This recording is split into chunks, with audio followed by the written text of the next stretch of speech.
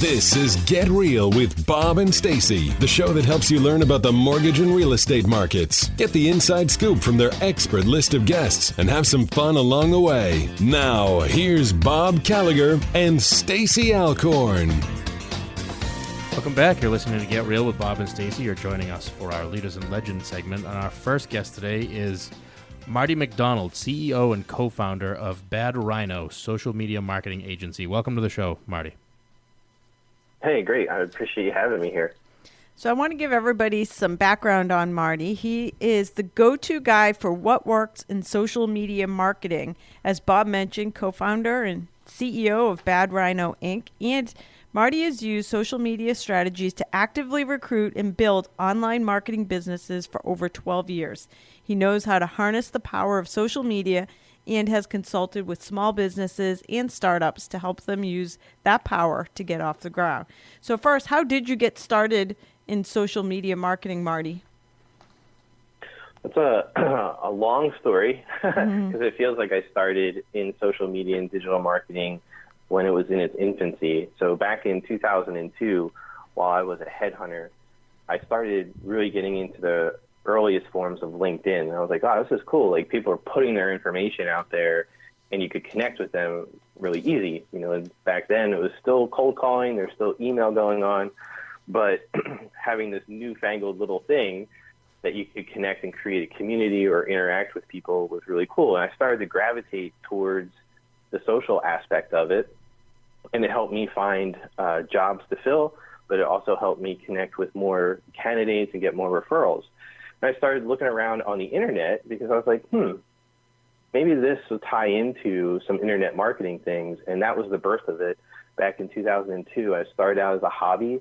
Then it became a well-paying hobby for the next 2-3 years.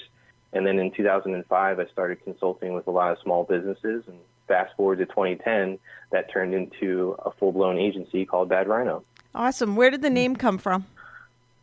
Everybody asked that question, and I'm pretty sure that's why we kept it. My business partner at the time, he and I were working at a different company, and he had come into my office and basically said, you know what, I don't feel like doing this anymore. And I laughed, and I'm like, well, what do you mean, work for me? And he's like, no, just the work, this type of work. And he's like, I have an idea, and people have been asking me about it. And I said, okay, well, let me hear. And I was interested right away from the concept, and Rich is a great business partner because he is very focused but very thorough and well thought out.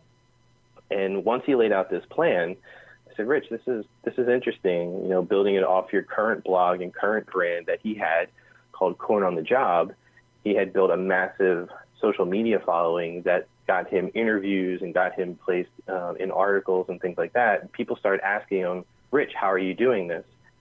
So him being that well thought out person, I said, Rich, come up with a name for this.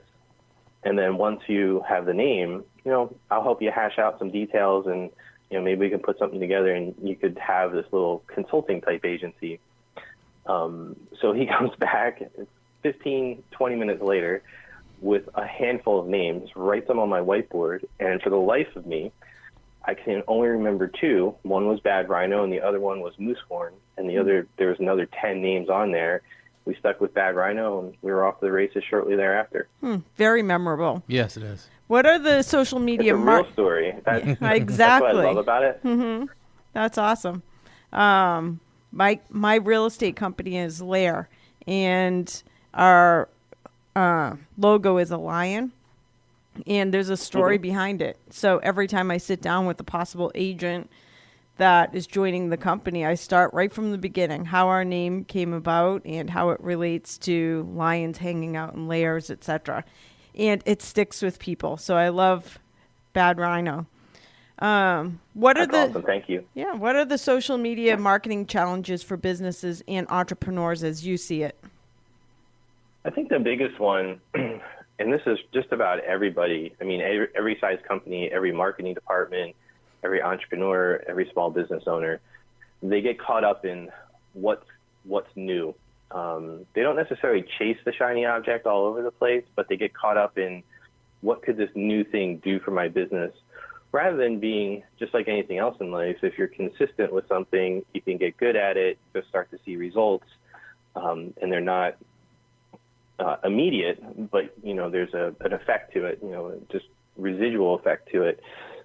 And that's what I see is we have so many people come to us at first, and they're like, we don't even know where to start. And some of them have established businesses, and some of them are starting out. And it's really fascinating to see that. Now, 7 years ago, it was like, hey, we don't know where to start because we don't understand it. Fast forward 7 years, it's, hey, we don't even know like where we should focus because it seems to be just a new something every single day. That's the biggest challenge. And what I tell everybody to overcome that challenge is wherever your market is and whoever the people who you are that you sell to, that's where you want to be. I hear people like, well, we want to start an Instagram, page. That's fine.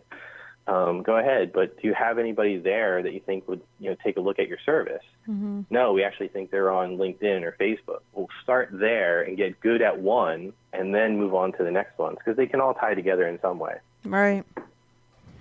So how can a business leverage their social media? The biggest part is to communicate with current customers first. And then the second phase of it would be to acquire new customers.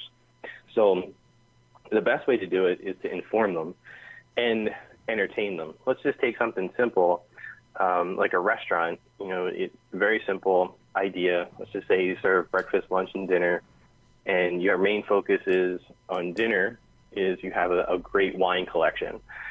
So instead of inundating everybody with just wine, since you're known for it, what you want to do is maybe just put things that pair well with the wine, educate the consumer why they might come in there, what makes it a little bit different, but also share wine news and food news just for that general area. That sounds simple, and most people go, well, that seems like a waste of time.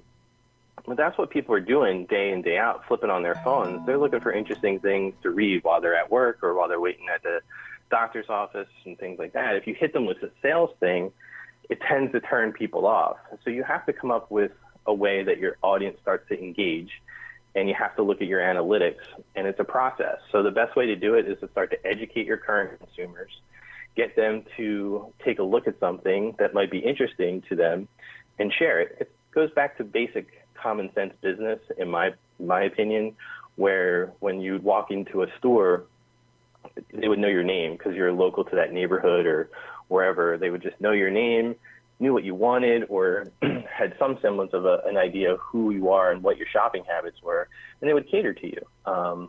And I think people like that, and social media can put that bridge to it. Mm-hmm. And then there's a whole list of other things where you can build email lists and start to target new people and new customers to get on their radar.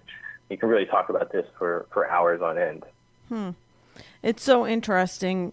Basically, and I'll let you tell me what pieces I might be missing, but for my own company Facebook page, first of all, I think that when it comes to social media strategy, would you agree that you have to help people not only have a great, for example, business page, but sometimes you really have to help the individual person just have a presence on Facebook? Is that true? Yeah, it's true. It depends on your business. Like if you were to search me in my personal life, I don't put a lot of things out there. Mm-hmm. I would keep my personal page more business focused and some fun. I do testing on my page. Yeah. So I might comment on a wacky political post just to see how the algorithm responds to me. But it really depends on the personality of the person and what they want to be online. And that's where we start at Bad Rhino is we talk to everybody and go, okay, what's your voice online? Who do you want to be? It shouldn't be much different than who you are in real life because you need that transparency because once people meet you and you create a business relationship, they want to know who they're working with. Right. But at the same time, there's differences between what you might post personally versus what you might post professionally. So you come up with that just style there. And the next phase of that, to your point, is helping them establish that and saying, okay, who do you want to be? You want to be, for Marty McDonald, it's Bad Rhino. He runs Bad Rhino, and he also has golf and beer clients, but also has golf and beer brands under Bad Rhino. So I'm going to talk a lot about me playing golf and, testing and trying out new beers. Right. So having that balance, but that doesn't 100% pertain to Bad Rhino, but I've made that business more of my personality along with my business partner to create a feeling to it, So a lot of times when I do podcast interviews or I mention in articles, the one thing is Marty plays golf and drinks beer, and on the side he runs a successful marketing agency, right? I thought that was cool, like when somebody just said that. Right. And they said, yeah, I was just looking around your profile. So you get a feel for that. So to your point, yes, you have to establish a voice for that business, and most times it's a voice for that person to be online. Right. And also what you're really laying out here is businesses should have some sort of strategy so that you're not necessarily just posting willy-nilly. Like we put out just weekly. I sit with my social media person, and each week we try to, number one, show our expertise, which we do through blogging about real estate, since mine's a real estate company. Number two, we also have to segment who is actually watching our social media. So we have two different types of people. One is other agents, our own agents and other real estate agents, and buying and selling consumers. So it's two different messages. So we try to blog about our expertise. We try to motivational quotes, JPEG motivational quotes get shared like crazy. Client testimonials will turn into a JPEG, put it on our Facebook page. Absolutely. In-house happenings, what's happening at our company. And the big piece that we implemented this year, and I would love your take on it, is we never really had a great social media strategy for creating leads. And over the last 6 months, we've gotten good at creating like ClickFunnels pages with paid search on Facebook that's creating, like kind of baiting people with what a home buyer would be looking for, where they'd be willing to give us an email address for that info, or what a seller would be looking for. What is your take on generating leads through social media? First of all, it's great.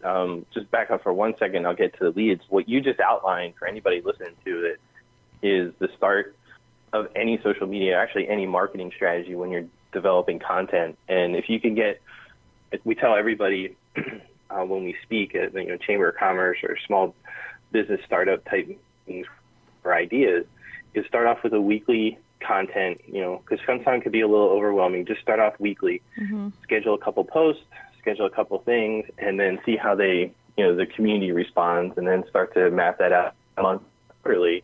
And, you get a robust strategy, and you can start to see, Stacey, coming back to seeing like, hey, the motivational quotes were shared, so why don't we combine the motivational quote picture with a blog article, right? And see what the differences are, and see if that gets shared more than if we just post the blog.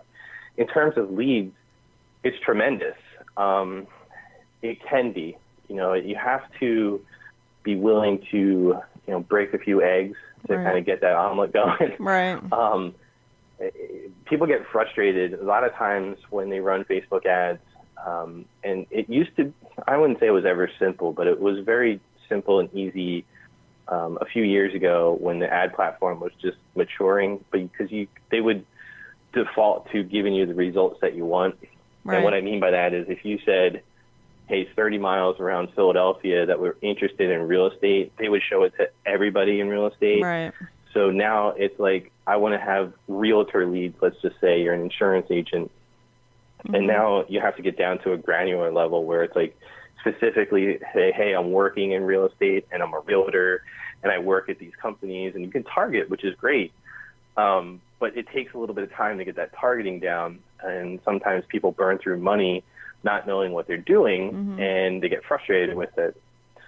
And we hear that quite often. But I love it for leads and emails. And you really have to just dial it in and make sure you're getting adequate, first off, adequate response.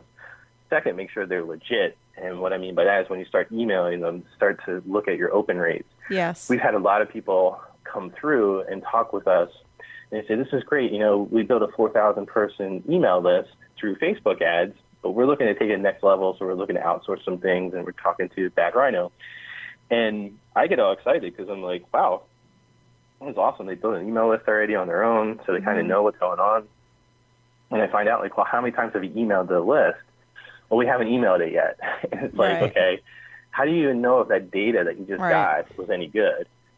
So Absolutely. It's important to get the leads and then start emailing right away so that, say you get leads on Sunday, you could wait, they opt in, they get something to download, so they have an instant, that's number one.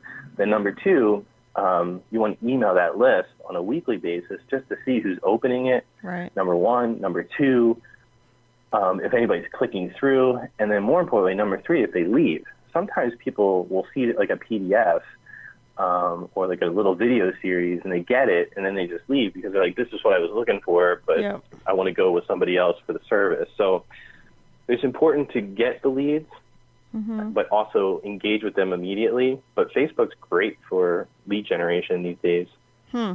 That's awesome. And I think it's all about tweaking. Like you just gave me an awesome idea. Constantly. Yeah, like taking those motivational quotes, embedding them into the articles so that I bet it will increase the number of shares on those expert blog pieces. So that's awesome.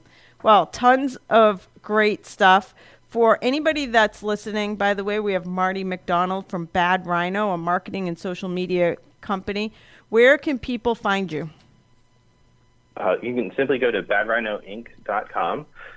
We have a blog on there with a lot of great information. And every interview I do, this has been a good thing and a bad thing, but it's been more good than bad. I just give out my email. If you send me an email, mention that you heard me on this radio show, I will gladly respond to that question as fast as I can. And it's Marty, M-A-R-T-Y, at badrhinoinc.com. And our website has all our other information, so check it out. Awesome. Thank you so much for your time today, Marty. Thanks, Marty. Thank you. Great to talk to you guys. I appreciate it. We're going to take a quick commercial break. We'll be back with more Get Real after this.